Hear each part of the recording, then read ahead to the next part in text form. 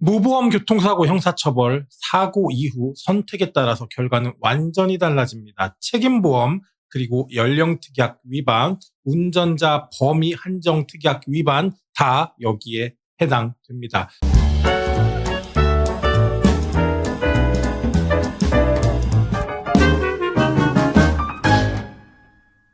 자, 교통사고 상담을 하다 보면은 자동차 보험 없는데 종합보험 가입하지 않았는데 무조건 처벌받습니까? 라는 질문을 합니다.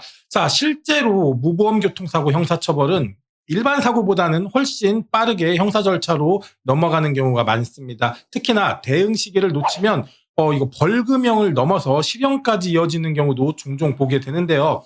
하지만 분명한 사실 하나는 피할 수는 없습니다. 하지만 줄일 수는 있습니다. 자, 실제 사건에서 갈린 결과의 차이를 한번 볼게요. 실제 저희가 진행했던 사건 중에 무보험 상태로 보행자를 충격한 의뢰인이 있습니다. 초기에 약식명령 벌금 70만 원 정도가 내려졌어요.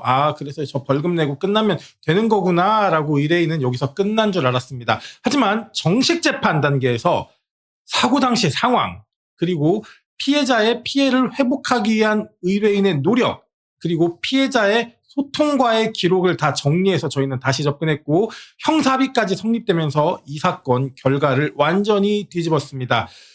재판부는 실질적인 피해 회복이 충분히 이루어졌다. 그리고 사건을 이제 더 이상 처벌 대상으로 보기는 어렵다라는 결론을 내면서 이 사건 결국 공소기각으로 형사는 종결되었습니다. 자, 무보험 교통사고 형사처벌은 사고 자체보다는 이후의 대응 과정에 따라 그 대응이 어떻게 작용하는지 이런 것들이 얼마나 달라진 결과를 만들어지는지 이런 것들을 보여준 대표적인 사례라고 할 수 있는데요.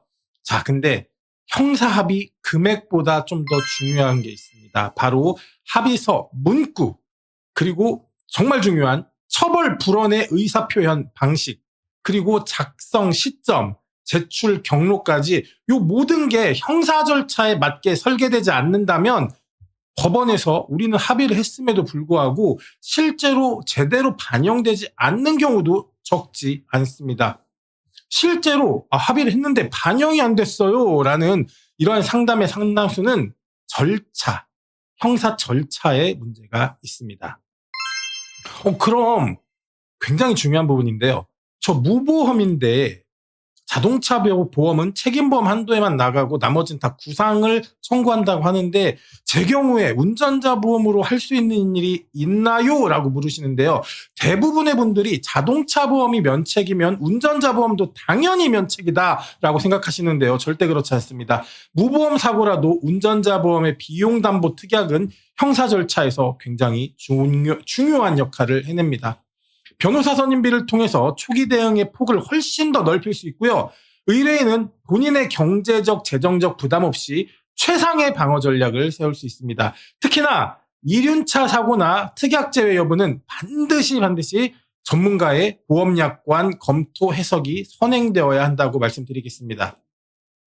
자, 그리고 또 하나, 형사합의를 포기한다. 그리고 벌금형을 선택한다. 이런 분들도 계시는데요. 자, 반드시 형사합의를 해야 되는 건 아닙니다. 실무를 하다 보면 오히려 피해자 측이 사고 경위나 상해 정도, 진단 주수, 상해 급수에 따라 그것보다 과도한 형사비금을 요구하는 경우도 굉장히 많아요. 이때 아무리 자금을 마련해 형사합의에 응하는 것, 이게 과연 최선일지 냉정하게 판단해 볼 필요는 있습니다. 실제로 일정 수준 이상의 상해가 아닌 경미한 사고의 상해인데 사고 책임 비율에 따라 다툼의 여지가 있다면 형사합의를 포기하고 벌금형을 감수하는 게 오히려 장기적으로는 더 합리적인 결과를 만들어낼 수도 있습니다.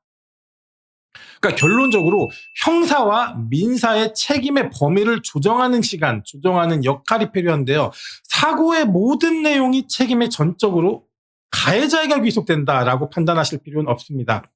보행자의 주의 의무 위반, 무단횡단, 갑작스러운 차로의 진입, 신호체계의 해석의 오해 등등 사고 당시 정황에 따라 과실 비율을 다툴 수 있는 여지는 충분히 존재하기 때문입니다. 그러니까 형사합의를 하지 않더라도 블랙박스, 주변 CCTV, 현장 구조 분석 이런 것들을 통해 과실 비율을 재정리하면 벌금 액수나 형사적 평가에 직접적인 영향을 미칠 수 있습니다. 또 하나 중요한 대응은 바로 아까 말씀드렸던 과도한 치료비 청구에 대한 민사의 반응입니다. 민사적으로 방어를 어떻게 해야 되냐? 실제 피해자 중 일부는 경미한 타박상 2주 염자인데도 불구하고 400만 원, 600만 원, 800만 원에 이르는 과도한 치료비를 소유하거나 과도한 형사비를 요청하는 경우가 있습니다. 자, 이런 경우 가해자 측에서 운전자 보험이 있다면 모든 청구를 그대로 받아들일 필요가 없습니다. 전문가와 함께 의료기록 분석과 진단 경과 검토를 통해서 사고와 인과관계가 전혀 없는 치료비에 대해서는 채무부존재 확인 소송으로 대응이 가능합니다. 이건 단순히 내가 구상받는 금액을 아끼기 위한 절차가 아니라 법적으로 인정되는 손해의 범위를 명확히 해서 불필요한 분쟁, 불필요한 손해를 줄이기 위한 그리고 차단하기 위한 과정입니다. 자, 형사 합의가 전부는 아닙니다. 하지만 운전자 보험이 있으시다면 무리한 합의 요구에 끌려다니시기보다 형사 책임은 벌금형으로 정리하고 민사 영역에서 과실 다툼과 채무 범위 정리를 통해 합리적인 선에서 사건을 종결하는 방식도 현명한 그리고 전문가가 설계하는 충분히 가능한 해결 시나리오입니다. 무보험교통사고 혼자 감당하시기에는 너무 많은 법적 요소가 얽혀 있어요. 초기부터 전문가의 도움을 받는 것도 굉장히 여러분께 큰 도움이 될 거고 결과는 충분히 달라질 수 있습니다. 많은 문의 주시면은 저희가 가진 노하우와 많은 사건들을 해결했던 경험을 바탕으로 무보험 사고, 그리고 책임보험 사고, 그리고 연령특약, 그리고 운전자 범위 한정 위반 사고까지 처리할 수 있는 상담 도와드리도록 하겠습니다. 연락 주시면 사건 찾기 TV가 여러분들의 권리를 모두 찾아드리도록 하겠습니다. 고맙습니다.